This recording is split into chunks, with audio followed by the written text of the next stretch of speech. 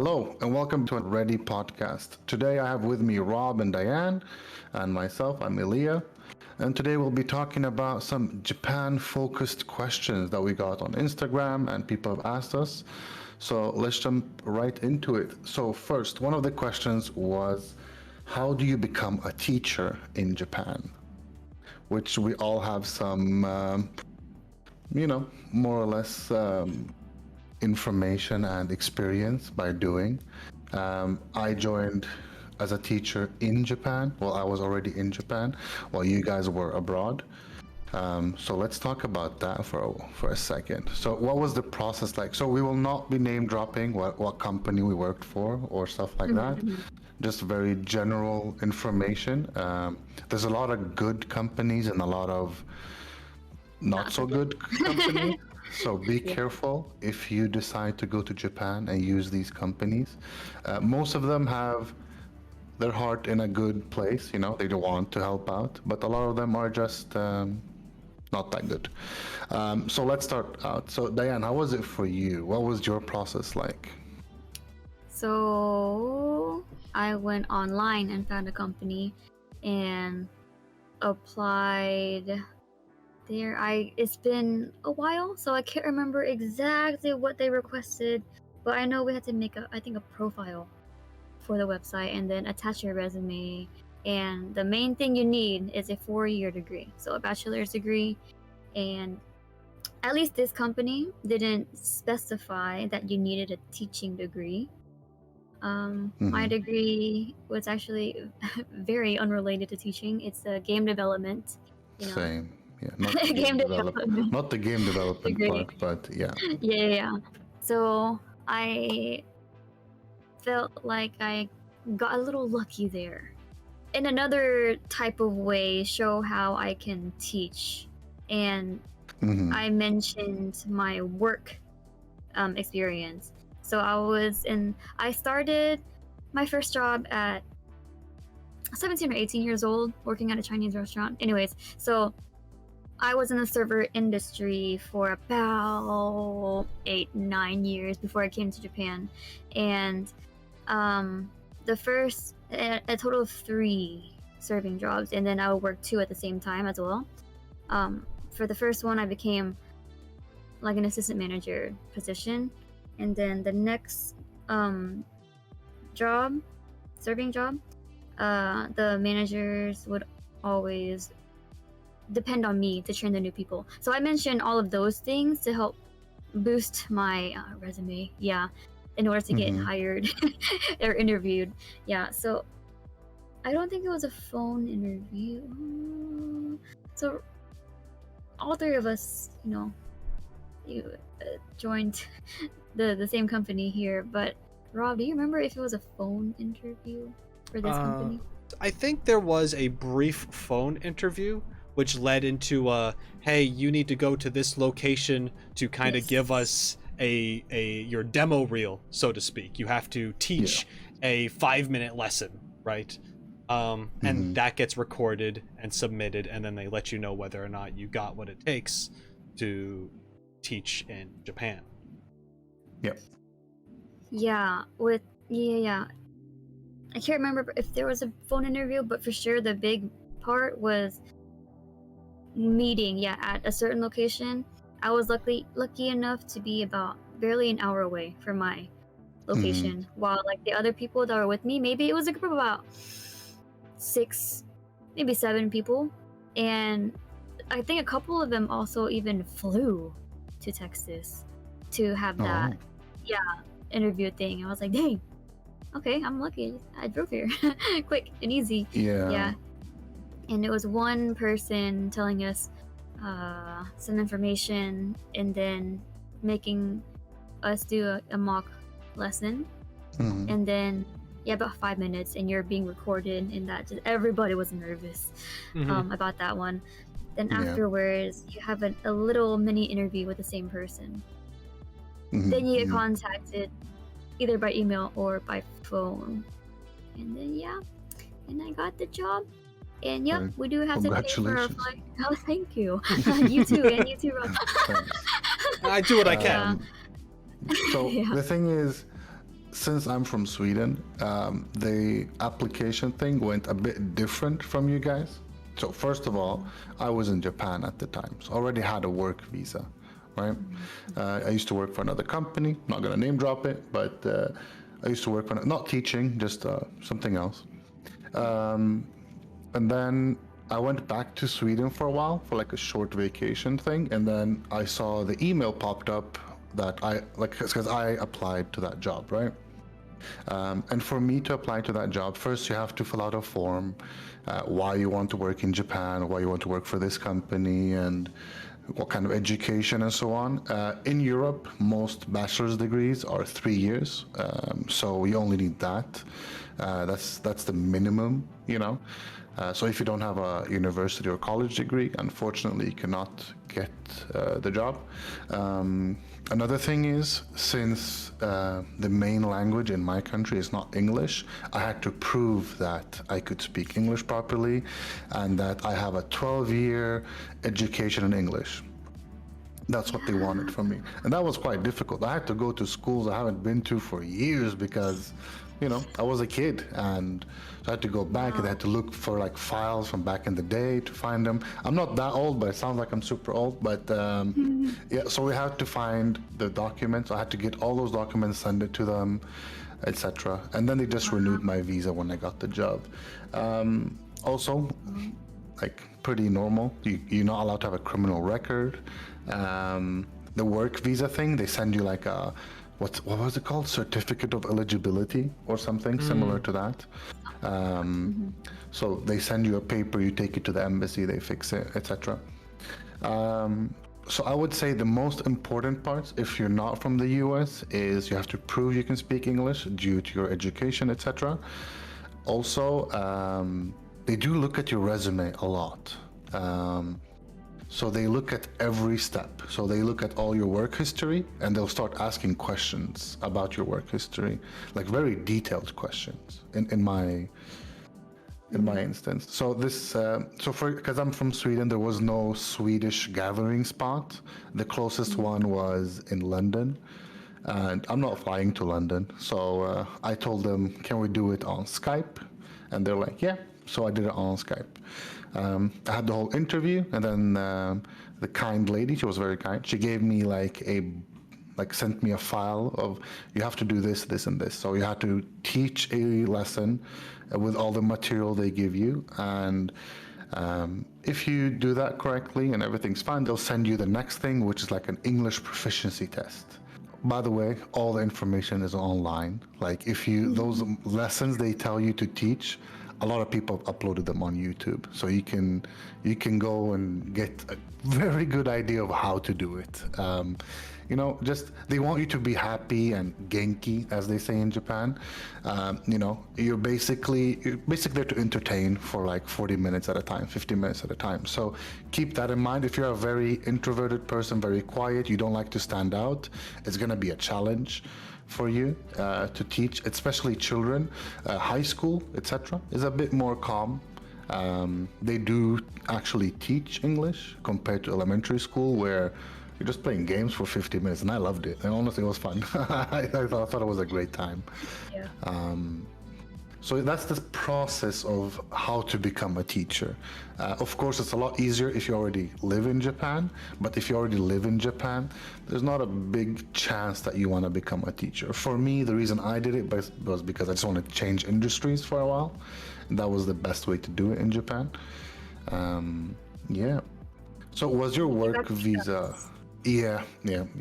So how was the whole work visa for you guys? Was it difficult to get after you were accepted? Like, do they send you a lot of papers, or how was it? I know that. So documents was such a pain.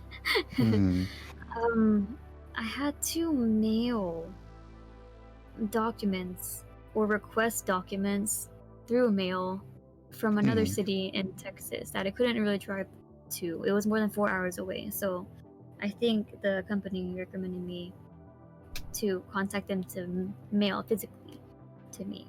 Yeah. And then bring that to Japan. I can't remember every single piece of document, but I know there were many ones I had to gather, and some that were really hard to get my hands on. But yeah, the bachelor's degree is probably like one of the most important things ever to Yes. Yeah. easily find a job here in Japan without like the marriage thing. Mm-hmm. Well, for me, they wanted my official like degree paper, like not a copy of it. They wanted my real one. And I was like, I'm not giving you. I only have one copy of that. Like, that's my official document. I'm not giving you that. Mm-hmm. So they're like, no, we need it. So I talked to my old university. I was like, I need a copy. Or they're like, you don't do copies of certificates. Like, that's a one-time thing. Because basically, it's some special paper and some special ink. I don't know. It looks like a normal paper with a degree on it, but who cares?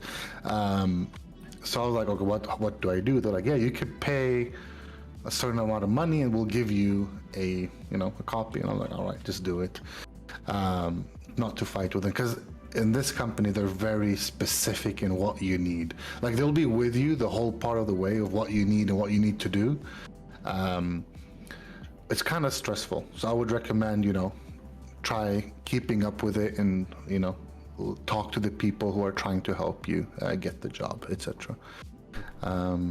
The process is not that difficult. It's just like annoying, I would say. It's the easiest answer. There is time, and there are very specific things you need. It's not super difficult. It's just organizing everything, getting exactly what they want from you, and to like just be ready for all of that. And yeah, it could get frustrating. You might just say, well, it's too much work, I don't want to. But if you're at the very least trying to get into the country on some work visa, I do highly recommend it, because it is one of the easier ways to get here other than just a vacation. Of course. Just to review real quick the basic things you need. If you're in the US, a bachelor's degree, and or actually in the US or any place, bachelor's degree, and at least to be a native English speaker or have 12 years of experience speaking English, where you might have to take a test, like Elia said. I was not aware of that part, but that makes sense. It's because the main language of my country is not English, so they wanted to make sure that you speak English. And also, it's not experience in Europe or like in Sweden, it's actually education. Like, you need to go to an English school. I had to name each of my schools from first grade to 12. Same. Me too. Yeah. I had to get documents, and it has to say all the education was performed in English. Like, it had to have that specific line. But it was fine. Most schools here were they're like, yeah, sure, we'll do that. It was pretty okay. And for me, what was a slightly different is that I did take that TEFL course. Which, to put it simply, it would give me a greater chance of possibly making more money doing what I did as well, because I had the education backed up. Because normally when you have a bachelor's degree, it doesn't have to be an English bachelor's degree. You just need to prove that you have graduated school, right? You've graduated from university. For me, I also wanted that little English background to kind of like boost my paycheck a little bit while I'm there. Unfortunately for me, it didn't work, but maybe that depends on the company you're for. So just keep that in mind. I think that's a company thing. It probably is, to be honest. Yeah. Between all of us, Rob is the most qualified to be a teacher. Like, actually has a degree in, TEFL, whatever and stuff. And you can easily, I said it wrong, easily switch from one English teaching job to another one using the online. But I specifically use gaijinpods.com. That's how I moved on to the next thing. And it was a great thing. That's very, true. Very helpful. Gaijinpod. To say, if you're not sure of the company that you want to work for, looking up gaijinpod.com, for example, not sponsored by the way, but it is one of the many sites out there that help you find jobs in Japan. And there's a lot of English jobs in Japan. Some of them will sponsor your visa, some of them won't, but it's worth taking a look at. There's a lot of detail for each one too. It'll say visa sponsorship available or not, or like full-time only or part-time only or something online only. Yeah, so They'll list the very useful. requirements. Definitely. Also, Yeah.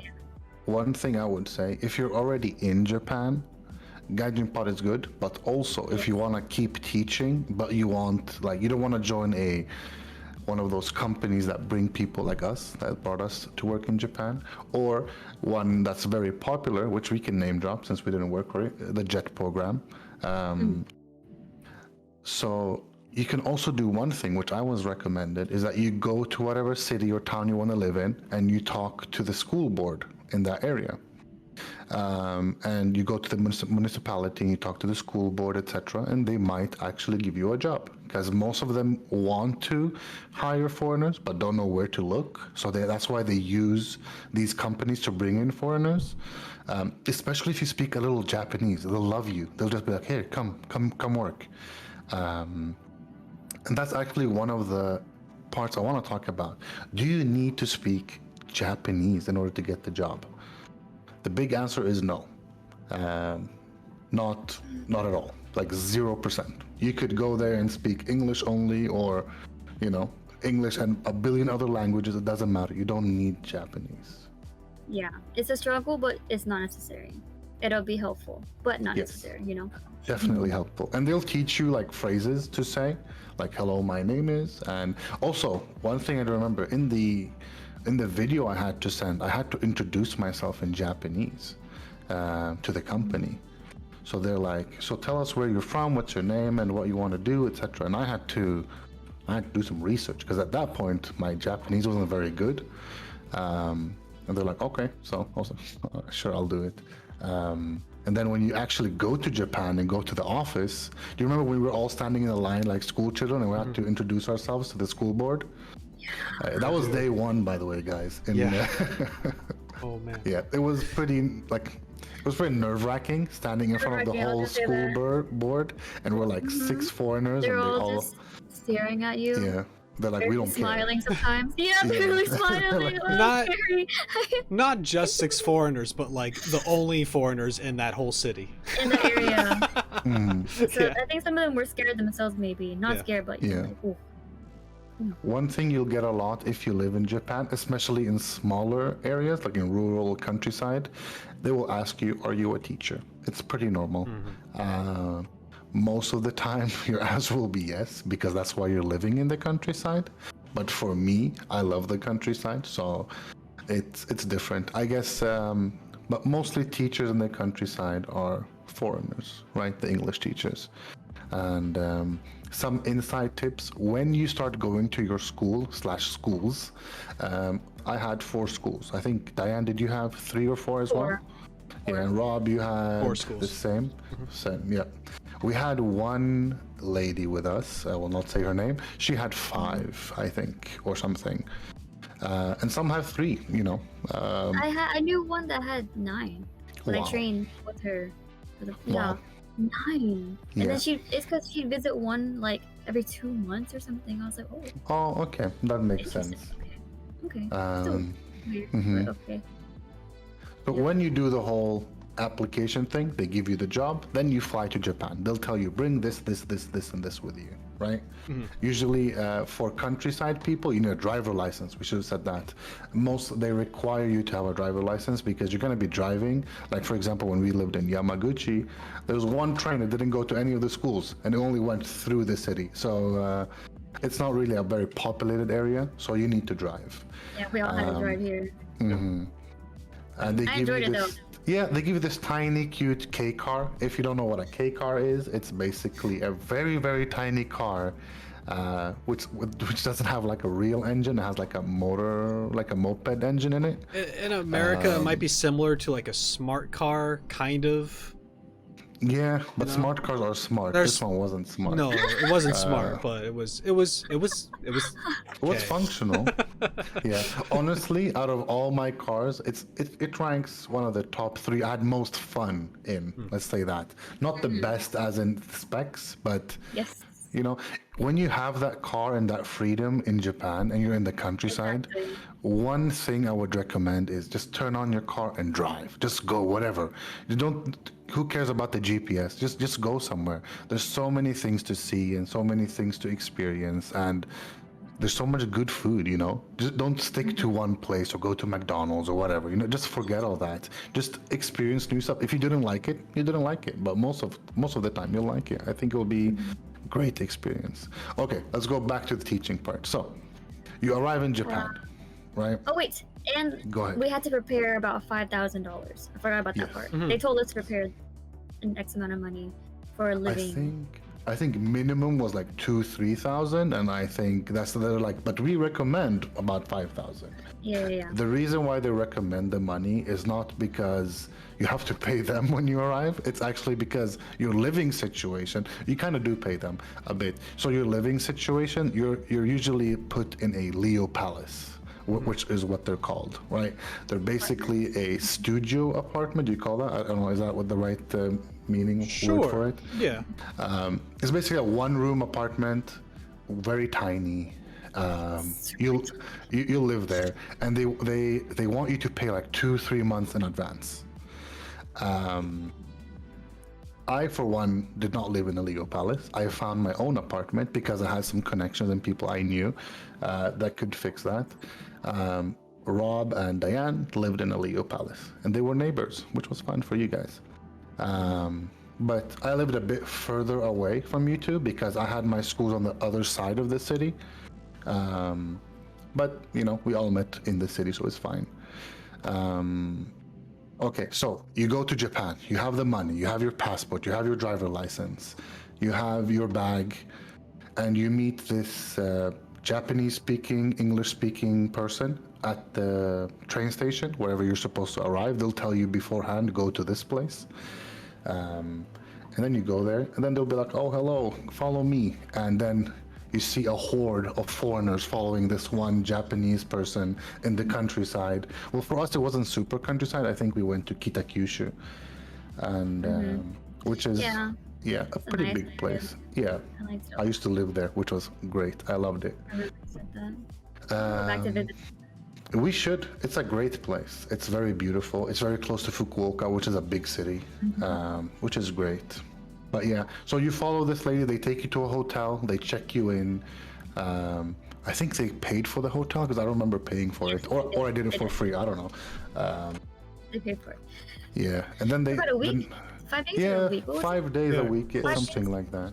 Yeah, it was a Look, pretty comfy okay hotel. hotel. It was I got okay. breakfast every morning. I like the breakfast was nice. I like The that. breakfast was good, yeah.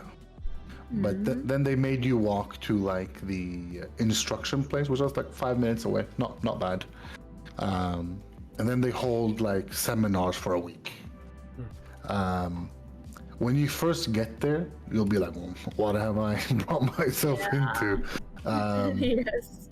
Because they're like, oh, this is Japan, and this is how you do in Japan, and they're kind of scaring you into submission, kind of, you know.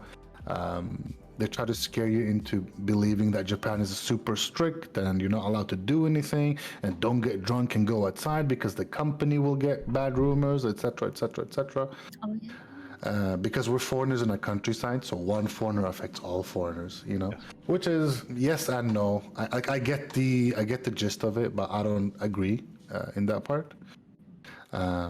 But yeah, they teach you. Then they put you up in different groups, you know. So because all of us had elementary school, they teach you more of elementary school stuff, and then other people have high school and junior high school and stuff. Did you guys know if you were teaching high school, junior high school before you went to the seminar thing? Before, no. I found out I was teaching elementary school at the seminar. During the seminar. I knew where I was going to be placed, like which part of Japan I was going to go to before I even showed up to Japan. But as far as like what I was going to be teaching, I remember them asking me during the interview process, what would you like, you know, and I think I said anything's fine. I might have said I would prefer probably older students, but they needed Mhm. elementary school teachers, so they did that to me. Anyway, as Yeah. far as like you're gonna go in this category, and Yeah. it's fine because I was in Japan and I'm already happy. Yeah. I just said I don't want to be in a cold place. That's all I said. Put me somewhere warmer, and they did. Said the complete opposite. So, Then they didn't listen. Yeah. They didn't care about your choices. They did it. They did it. But one thing, like, I knew I was teaching elementary school before I went to the whole seminar thing, because I had requested high school first, and they were like, yeah, sure. But then I talked to this interview lady, and she was like, trust me, do elementary school. It's a lot better. It's easier. It's nicer. It's more fun. You don't have to grade anything. When you go home, you just go home. You don't have to think about work. And, the back part of my brain was like, I want to take this seriously. But the other part of my brain was like, cool. So I did that. I did the whole elementary school thing, and I'm really happy I did. It was a lot of fun. The students are great. You always have those 1-2 students that are like, but most of them, I would say 99.9% are very nice, like super kind, very respectful. And that brings me into the next part, school etiquette. So school etiquette in Japan and in Sweden or the US are super different. Very, very different. For example, the first thing, which is very normal, you take off your shoes. You change your shoes into indoor shoes. Very normal. As they do in homes or a lot of different places, you change your shoes because they believe in cleanliness. So what was the routine like in your guys' schools? Did they have like morning cleaning, or did they have like a set schedule? Do you guys know? they're hard workers here, Yes. from young to old. Yeah. Cleaning their own, the children themselves, even first, second, third graders, cleaning themselves, like using a rag to wipe the floor by hand, sweating in these buildings with no AC, by the way, Mhm. super hot, and then sweeping as well, and then wiping the whiteboard, the chalkboard Yeah, by the themselves. blackboard. Hmm. Yeah, wiping the tables too. Not everyone was the cleanest, but they tried their best, Yeah, or they didn't, but it's okay. but they're like for us, yeah, like for the viewers, these children are from first grade to sixth grade, so they won't be doing the best job, but it's the instilling cleanliness in them, which is the most important part. So you know how, like, I don't know, in Sweden, for example, you have math, science, English, and then you have lunch, and then you have blah blah blah, right? All the lessons. In Japan, they have, I don't know, Japanese, math, cleaning, lunch, blah blah blah. Like it's an actual part of their schedule, right? So Cleaning time. every class or every student has that specific thing to do. Like, you guys clean the floor, you guys clean the tables, you guys do this, you guys do that, you guys, so everyone has something they have to do, which I think is great.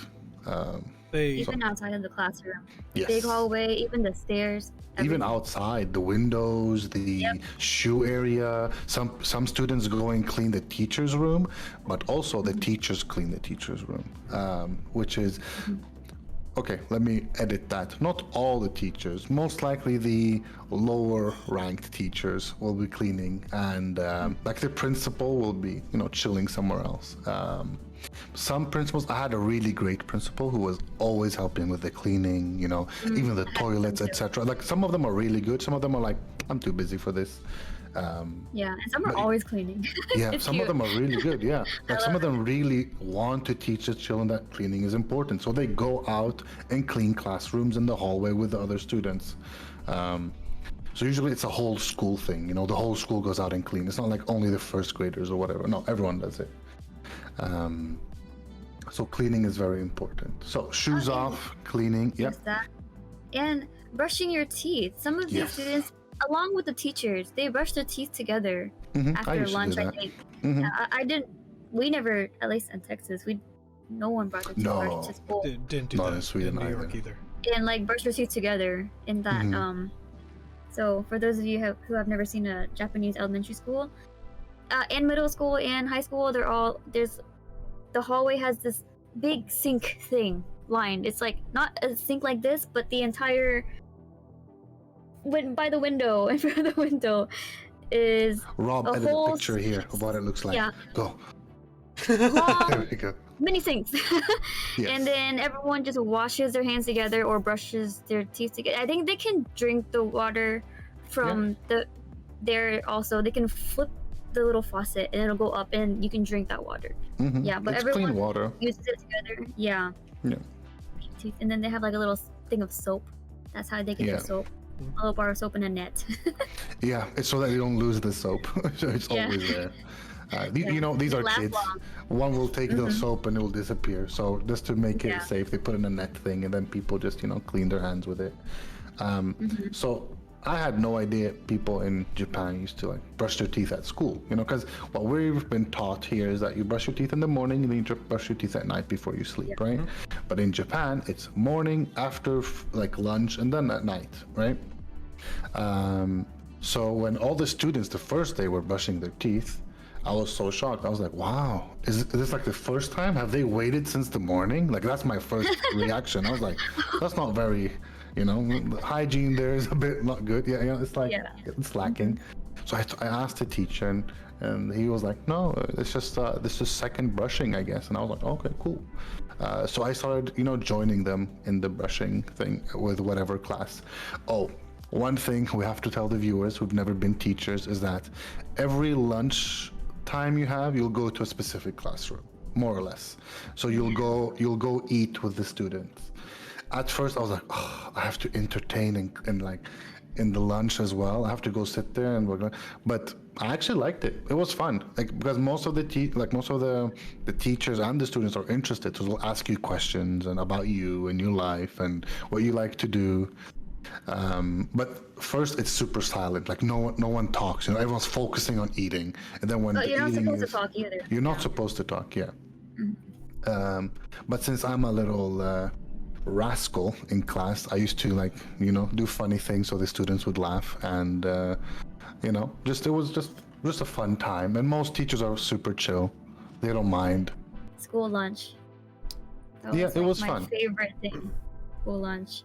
Yeah, it was the best time. It was so much fun. They bring out the lunch themselves. Also, no lunch lady, as we would have in the States. Yes. The students bring out all the food, all the pots and pans, the pots of food, and then the bowls themselves and the silverware in a little metal. They don't cart cook thing. the food. They don't cook it. Right. They just, Yeah. They shouldn't. They don't cook the food, but they retrieve it. They wear hygienic serve gear such as gloves, hairnet, mask, and they serve it to each student. Serve as well, and then clean, and then bring back. The entire class brings it back to the kitchen area in the line. It says thank you. And every class does that. Yeah. They have like a lunch team. I think every week it changes. Alternates. So I think, like, let's say there's 30 students in a class, right? 20 of them will go bring the food and the silverware and whatever, the plates, etc. 10 of them will be cleaning, removing things from the desks, making space, putting out the extra tables to put the food on, and so on. And then the others will come, and then there's like this food lady line. There'll be like 5 students putting foods on plate and giving out so they can put it on the table. And usually Japan's food, like school food, is very nutritious, right? So they count out the calories, like the vitamins, the carbohydrates, like everything is kind of like scienced, more or less. And because I heard a lot of different things about the school food in Japan. Like, they do that in case there's a lower income family, and at least they get one good meal a day. I didn't know that. Yeah, so they make sure that every student eats. That's why there's a rule that you have to eat before you go out and play, because some of those students don't have food at home, and they want to make sure that they eat. It's not very common, but at least they know that they can eat, especially the rice. They really want you to eat the rice. So yes. So you guys ate the school lunch, right? So they would give you lunch as well? I love this topic. Yes. I love this topic. Yeah, so we'll go into that topic now. So basically you had to pay a fee, right? I think it was I don't remember, but it was a fee like every month or every Too 6 bad. months. It wasn't bad. Very, at all. very reasonable. Yeah. Yeah, and worth it. Well worth it. The food that you're being It served. was like a couple hundred so yen, good. I Yes. think, and that's like that's like a few dollars in American cash. You know, it's Yes. not much at all. Yeah. And yeah, it wasn't that much. But okay, so we'll talk about our different experience because you guys actually ate the food in Japan and I did not in the schools. I actually brought food with me every time. Yeah. Okay, let's go through that. So let's start. Diane and Rob, you guys, how was the school food in Japan? How was that? School lunch in Japan. Let's see. I enjoyed it for the most part. There were some things that I enjoyed more than other things. Same. But overall, I did not have that much of a problem with the stuff that I was eating. I'm not a huge fan of mushrooms, but that's my problem. And there were a lot of mushrooms in lots of the soups and salads that they would provide. Yes. I will say, though, that for those who are trying to come to Japan to teach, if you get hired into some company who trains you and they are going to dispatch you to these schools, they usually approach you and say, are you allergic to anything, so we can inform the schools to not give you that item. So what you would do if there's a food that you really dislike or something you are allergic to, you would list them. And that school or those schools that you are assigned to will not give you food items that contain those things. Japan's not really great with customizing dishes and taking things out for you at all. So it's either you're going to have it or you're not. So they might tell you, hey, tomorrow's lunch, we have this thing, please bring your own food. You know, it might be one of those situations. And that's just something that you have to be prepared for. Now, for me, I dislike mushrooms, but I did not put this on a list of things that I cannot eat because I'm technically not allergic to it. And I'm going to be like honest and experience the Japanese food culture. Maybe I'll like it here. I don't know. I was open to the idea. Fun fact, still don't like mushrooms, but I ate everything that they put in front of me out of respect, right? So and you have to, more or less, like they make you eat the food. Yes. You don't waste food at all in Japan. It's like rude. Like it's rude in most cultures, but you don't throw away anything. I'm looking at Diane. I see that she's really Guilty? trying. I'm guilty. She's very guilty. Right. She's going to prison you're right now, also- actually. They're coming. They're on their way. Yeah, I know what you're gonna say, and I have an answer for that, Diane. But you are very small. But yeah, go ahead. So I have many struggles, you know, with eating. Many, trust me. Especially Many. in Japan. First of all, I like small portions, and luckily, Japan usually has small portions. But I'll talk about the restaurant stuff a little later. But so onions, I don't eat onions. I'm not allergic, but I don't eat them. I also kind of can't eat them. I'll always accidentally find them in my mouth, and I have to remove it. I can't suck it up and chew it. It has to come out of my mouth.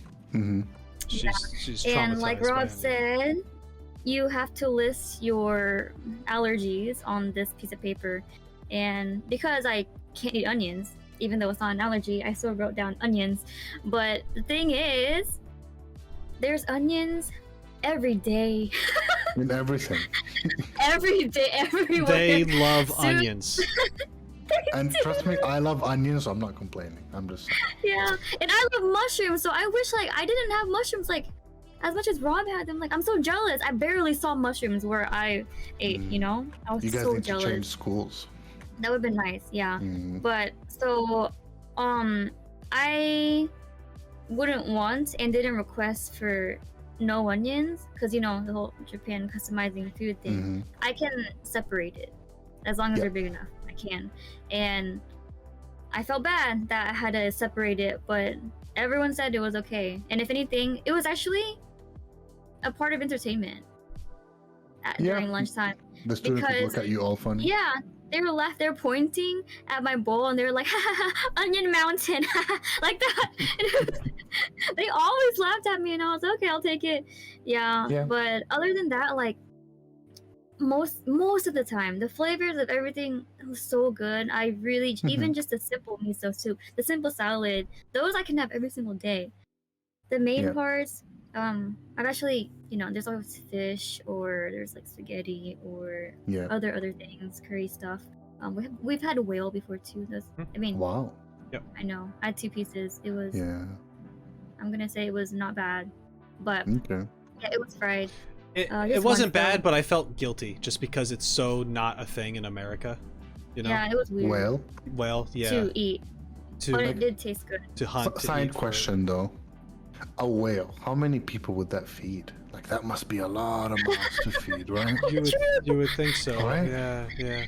Like I'm thinking of blue whales. Like aren't they massive? They're gigantic, right? They're huge. Do people eat blue whales? Mammal. I don't know. I'm not good enough. But I don't know. I don't know. Not exactly sure. But yeah, that's a whole nother issue. And it felt very strange being an American, like, oh, we're having whale today, and part of me was like, do I decline this? Or not? Because, I feel like it's wrong, personally. Yeah. But it's also another culture, and I don't want to disrespect anyone here either. So I ate it and tried it. It's something that I'm never gonna get from my own free will or do ever again, really. But I can't say that I'm disappointed for trying it out and experiencing it for myself, so I can come up with my own judgment and stuff. It didn't taste bad. It was prepared pretty well. Yeah. At least for me. Yeah. Also, there's like shark fin soup, and there's turtle or something. And there's a lot of different things. Okay, so this is where it brings into my story, is that I'm allergic to seafood and fish. Not all of them. Oh, some that's why of them. It's harder for you. Yes. So the thing is, I can't eat, like I can eat some kinds of fish and some seafood, but not all of them. So instead of being like, I can't eat this, I was like, I don't eat anything. I just went hardcore and was like, nope. Also, cross-contamination could be a problem for you if it's like a sushi place cutting up multiple different kinds of fish on a counter. It could be a problem. Yeah. So I was like, all right. So when we went to my schools the first day, we went and introduced each other. We talked a lot, and they're like, oh, what don't you eat? They fill up a list. And then they're like, okay, so we went to each school, and then the lady was like, Elia here is allergic to fish. And they're like, oh, so you will not be eating with us? I was like, nope. I have to bring up my own food. So I brought food from home. Used to also making food in Japan, like bentos are so easy. Everything comes in bento form, right? You can go to the bento, or like for people who don't know, bento is basically a packed lunch. Like a packed lunchbox, like a small lunchbox. Yeah, like a box. A variety pack of food. It's great. It was super easy, right? So you just go to this food section, you're like, I want this, I want that, I want this, and then you just take a small piece of everything and you put it in this packed lunch and you bring it to school with some rice or whatever, meat, whatever you want to make. But here's the negative part. All the students are looking at your food because you're bringing it from outside. Yeah, right? They're all like, oh, you're so lucky. Oh my God, what are you eating today? That looks great. The thing is, they don't even know what I'm eating. That's the worst part. Like, they just see my bento box and they're like, wow, oishiso, which means it looks delicious. But in my head, I was like, you can't even see my food, so how do you know it looks good? Anyways, so I was like, all right, cool. And for some reason, Japanese school children are super close. Like when I opened my lunchbox, everyone was like this close to my food. And I'm a bit of like a please stay away from my food kind of guy, First of all, I like my personal space. And second of all, I'm like, germs, children playing outside all day and whatever. Please don't touch my food. But yeah, that's just me. I'm a bit of a cleanliness freak. But anyways, I do have to bring up one thing about the lunches, if you don't mind. And go ahead. I know at least with Diane, I've complained about this. Every day, no matter, it's milk. The drink that you have for lunch, if you're eating the Japanese school lunch, is a glass of every Yeah. single day. Every You, time, without a fail. Even teachers, even the principal, we all Yep. drink milk. Even I did. Yeah. That's the only thing I got from the school lunch was milk. But side note, I love milk, so I don't mind. Yeah. So here's the thing. I don't have a problem with milk's, Yeah. milk's fine. It's drinking milk in the summertime.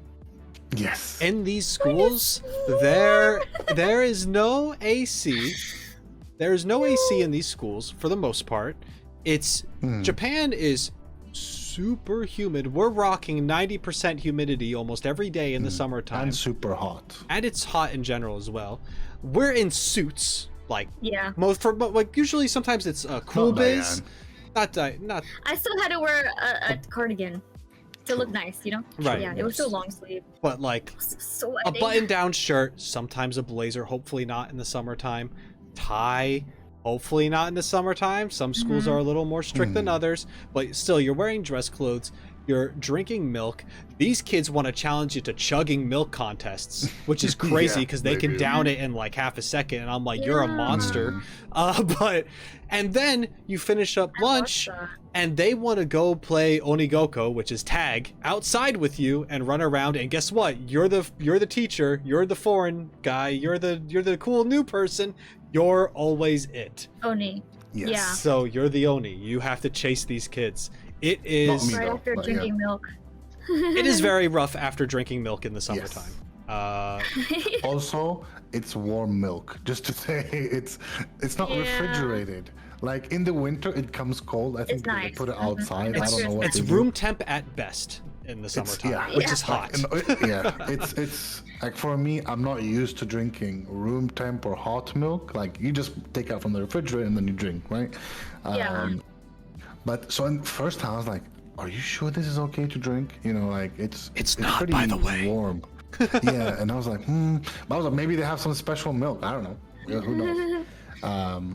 But yeah, milk was a thing, and if you don't drink your milk, everyone has to wait on you. Like milk and rice are Yeah. like the staple of the food, like, you know, like the school food.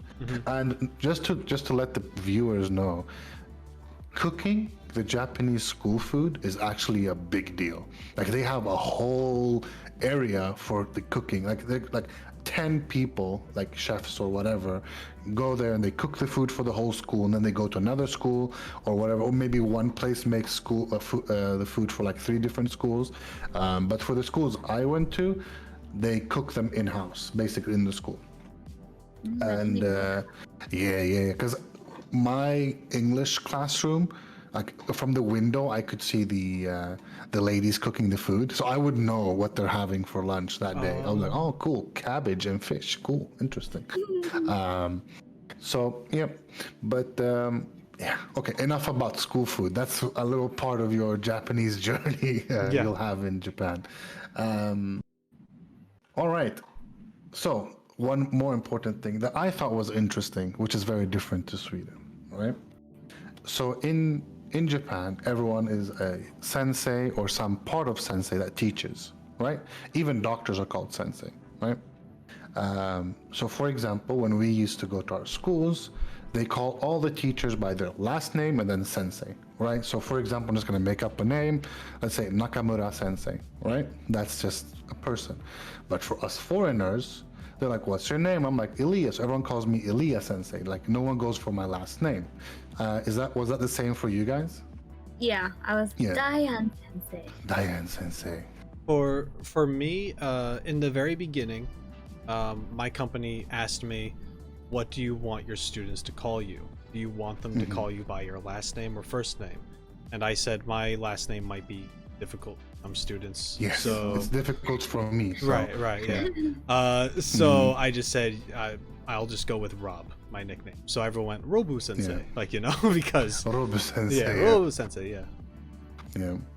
But I was Elia sensei for the most part. But the point I wanted to bring out is that there's a lot of respect towards the teachers, right? You don't raise your voice. Like the children are very calm. They don't raise their voices against the teachers. They listen to like they're a second parent basically at the school, right? Which is very different from my Swedish upbringing, right?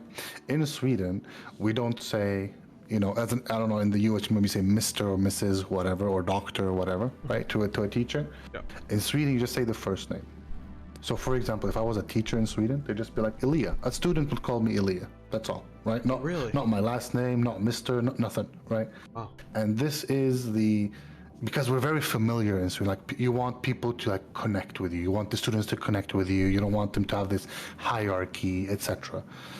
But the discipline and the respect compared to Sweden and Japan is very different. Like the students in Japan are super respectful and super disciplined compared to Sweden. Like in hallways in Sweden, you could hear someone swear, for example. Not maybe in elementary school, but like, in higher grades. But in Japan, if you would swear in front of a teacher, oh, you're done. You're pretty much done. Like, pack your stuff, you're out. Like it's pretty disciplinary.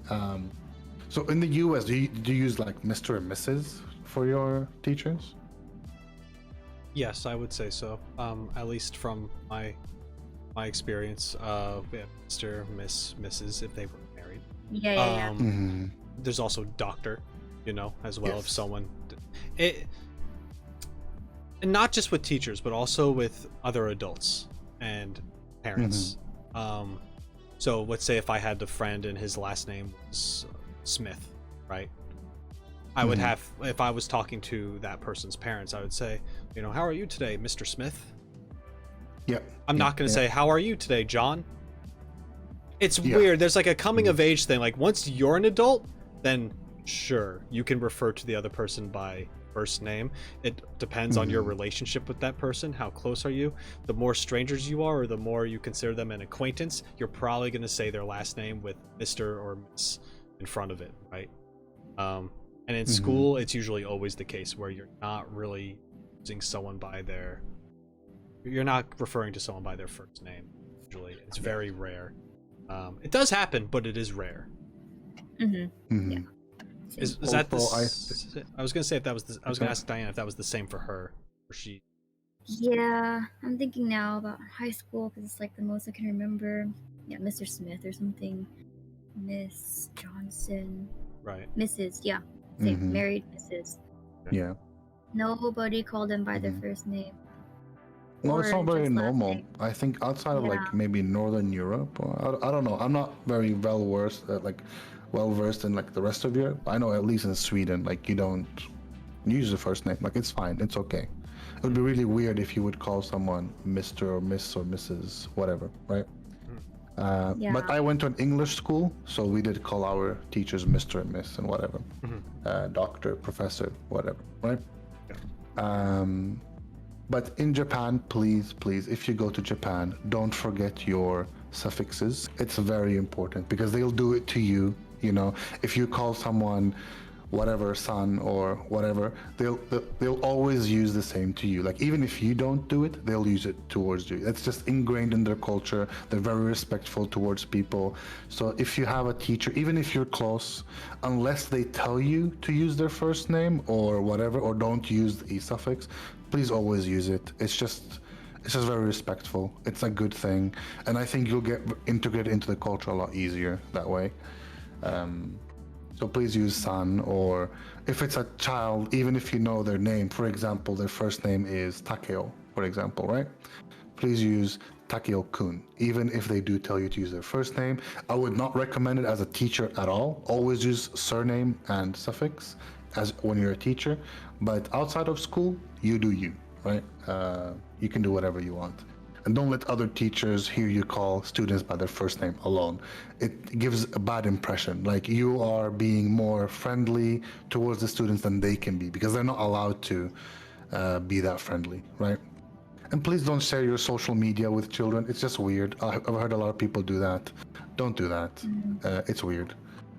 However, at the same time, there are cases where these children will search and try to find you on social media. Yes. Yeah, That they happened to find me. us. That happened to me too on TikTok and Instagram. So, Happened to me, but all you do is And decline. Twitch. Decline.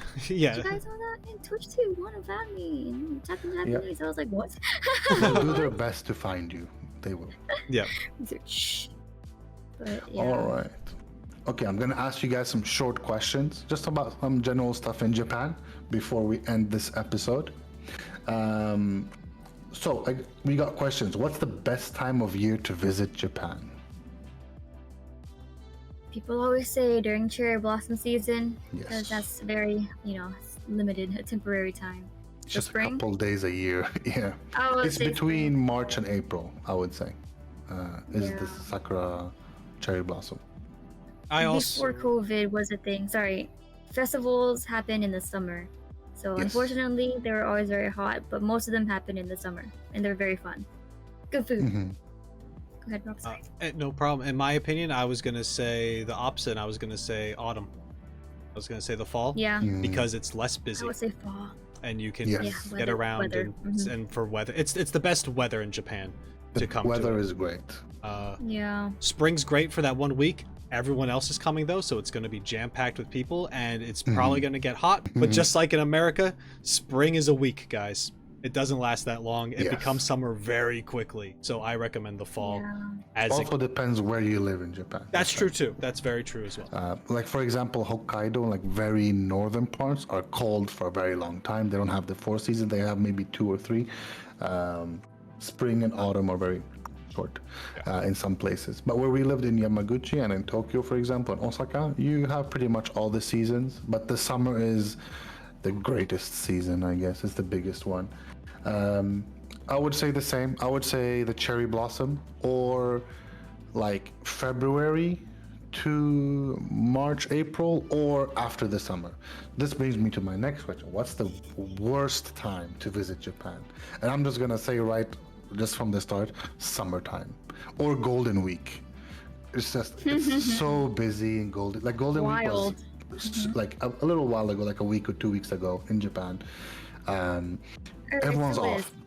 Yeah, maybe still is. Yeah. Golden Week Um, is the craziest because it is the wildest as far as like busiest week in Japan, and Mhm. also simultaneously nothing is open Yes. because yeah. everyone's on vacation, right? And that's Yep. just what that Yep. is. The which is the restaurants and the craziest. hotels that are open are packed all the time.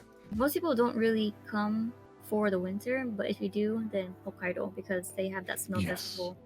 Yes, the Don't know if snow it's sculpturing heavy thing. right now because of COVID, but I heard it was like one of the best festivals in Japan. Yes. I want to go sometime. Yes, you should Same. definitely visit that. They make like I think the whole main like square is all ice sculptures, snow sculptures, stalls outside, you can eat, drink, there's a lot of good food. I would definitely recommend it. Like if you want to go for the summer vibe and the summer stuff, I would go to maybe Tokyo, Osaka, maybe further down. The winter stuff further up. Makes sense. So we already talked about this, but you need to be able to speak Japanese in Japan. In a school setting, as a teacher, no, but it would help. As a tourist or just in general, tourism, no. Like you'll be fine in like the big cities. Smaller cities, you won't be fine at all because no one speaks English. But Um, it definitely helps Yes. from anywhere in Japan. If you're gonna live in Japan, please learn the language, even if it takes a while. It's okay.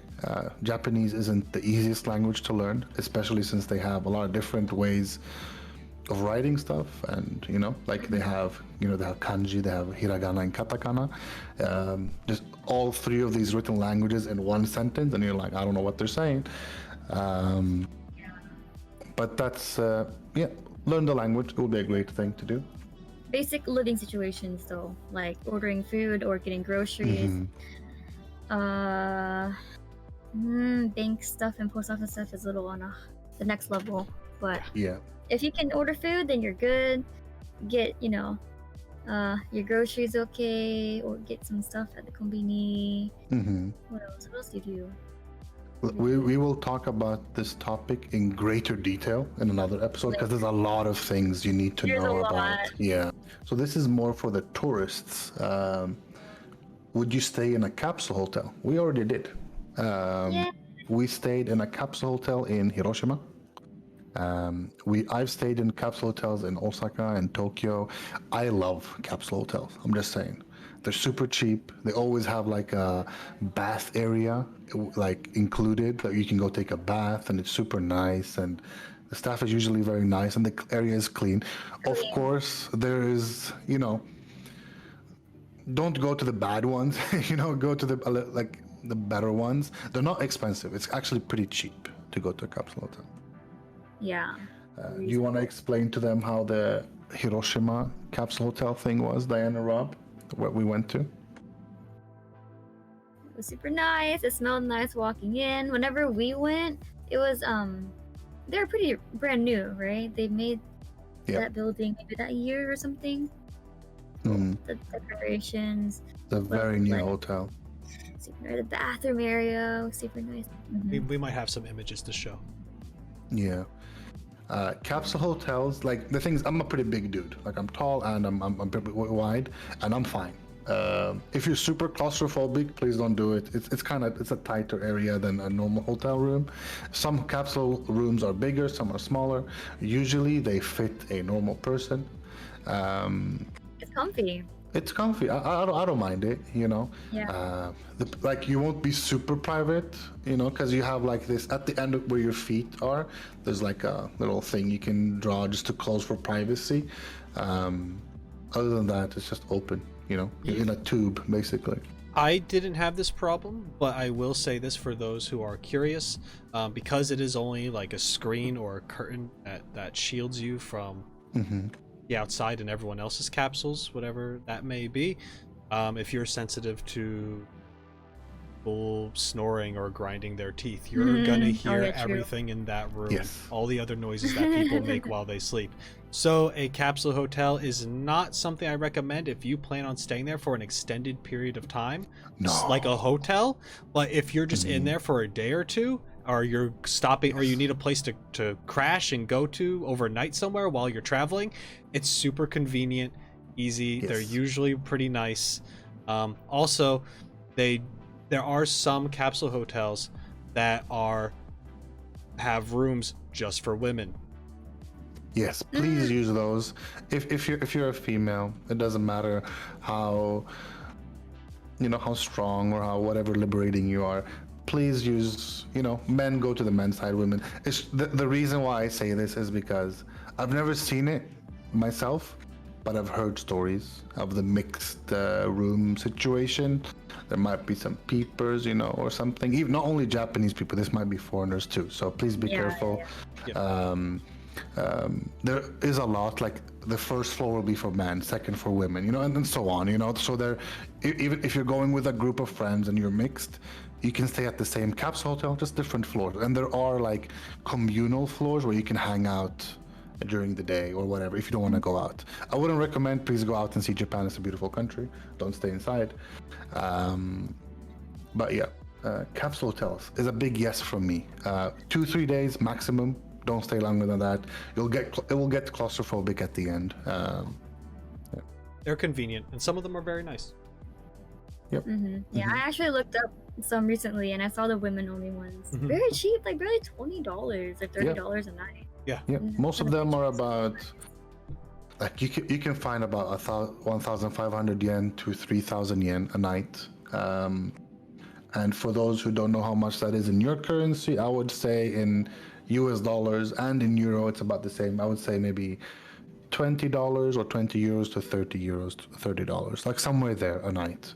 But the thing is, it's not only the room. You get the whole bath thing too, and they give you like a towel and stuff. So it's not like you're going there bare bones. Like they'll give you towels and shaving equipment. I don't know what the women's side looks like, but for the men, there's toothbrush and there's razors and all kinds of stuff. Yeah, they offer many things. Like, I don't know, Q-tips or like makeup wipes. Yeah. Stuff like hair dryer. Yeah, it was pretty nice. I also really liked when we're waking up, we're sleeping to the morning, waking up, and we're like, hey, it's time to wake up. We're like, hey, or hey. Yeah. Yeah. It's time to wake up. Let's go. Yeah. It was just nice, like sticking your head out, like, hey, are you awake? Yeah. Let's go. No. Or like, Let's go. hey, It's good for traveling for sure. are you hungry? Yes. Traveling expenses in Japan. This will be our last question for today. So how much does it cost to travel in Japan? This is a hot take. Yeah. The thing is, let's remove whatever preparations you have to do in your home country. Now you're just in Japan. First big thing I would say, get the JR pass if you're traveling a lot in Japan, like up and down, taking the Shinkansen all the time. If you're just going to one place and you haven't experienced the Shinkansen, do that. But it's not the cheapest option. Shinkansen is quite expensive compared to other modes of transportation. The cheapest would be the night bus. Don't do that. It's crazy. It's like 20-30 hours from one city to another, and it's not worth it. It's super, like, I get very impatient. I just want to leave, so it's not for me. If you have great patience and you think you can wait on the bus, you do you. The cheapest alternative in Japan is actually flying. Flying between cities is the cheapest and the fastest route. Well, sometimes taking the Shinkansen is a bit quicker because you don't have to go into an airport, check in, whatever, right? So what do you guys think? What's the most expensive thing you would spend most money on in Japan, other than transportation? Food. You think so? I would, yeah. I love, like yakiniku gets expensive. True. Can be, True. I love the food here so much. So I'm gonna actually agree with you, Diane, just because, of course, you can live off of cheap food. You can go to 7-Eleven or any other convenience store here every day of the week if you wanted to. But if you're coming to Japan, which is known for some of the best food in the world, you're shooting yourself in the foot if you continue to eat from convenience stores. You should come and spend serious money on some good, high quality, legit food. If you're coming for vacationing purposes. That's my opinion. That's where a lot of your budget is going to go towards, because you're going to want to eat out at night at these different places. You're going to want to check out a ramen shop, a sushi place. You're going to want that wagyu beef at yakiniku. You're going to want to even like some drinks and stuff too. You're going to maybe want to do karaoke or go to izakayas to see what that kind of culture is like with those drinks and those finger foods. And it's just, Japan is good with food.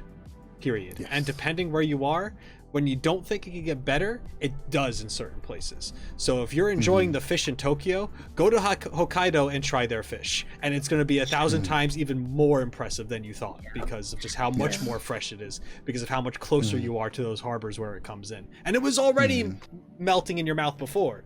So it's impressive how something so good can get better, just depending where you are. So if you're traveling around, spend your money to get there quick and get the good stuff. That's my opinion. My expert food opinion, I love food, I'm just saying, number one, please go to like ramen, karage areas.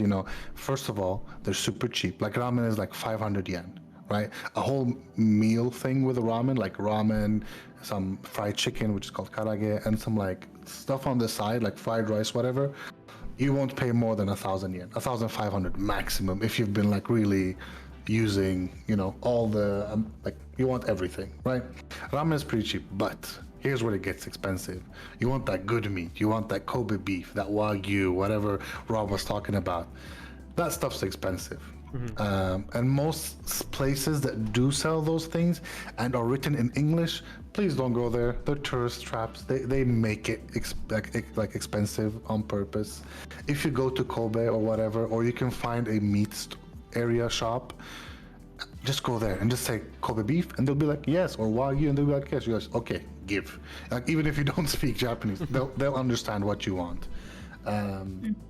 One thing I can recommend, there's a lot of like good family restaurants in Japan. Like, they're just off in nowhere. Like, you're walking down the street, you see a little tiny store, eat there. The food is so good. It's so, like, the hospitality is great. You'd really enjoy it. Don't go for those big places. I think that's the biggest problem in Japan. You see those big chains or big places, you're like, oh, I want to eat there. Yeah, they're good, but the small shops, the mom and pop shop, those are the good places to eat in Japan. You want to walk into that ramen shop where it's like one older gentleman behind the counter. There's like a fan in the corner that hasn't been cleaned in 20 years, and there's just like that old grumpy guy in the corner with smoking a cigarette with his friend who's always there. You're gonna walk in there and you're gonna have the best ramen of your life. I'm just saying. Like, it's just it's gonna be great. It's gonna be great.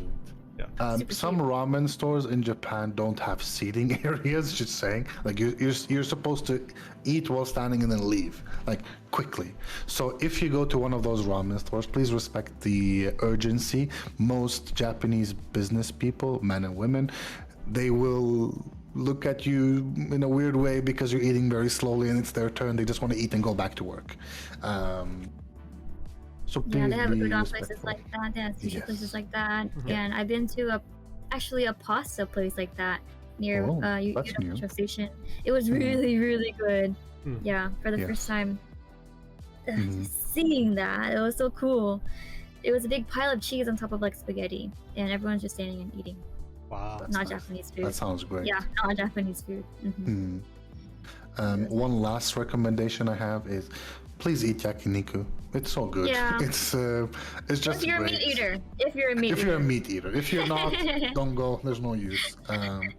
Or you can get the Caesar salad like I do. It's great. With a half-boiled egg. It's really, really nice.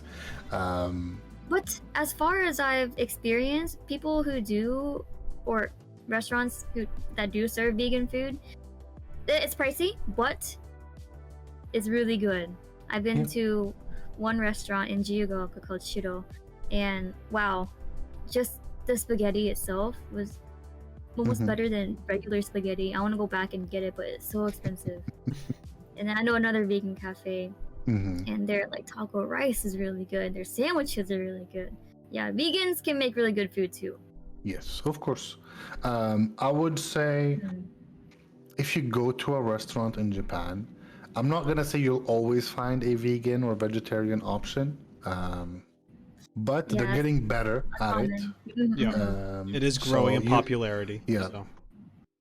So you can find good places. Like there is all vegan ramen places now and vegetarian. So the reason why most ramen places, even if you don't order the meat, the reason why they're not vegan or vegetarian is because the broth is made of some animal broth, right? So please be careful with that if you don't eat meat.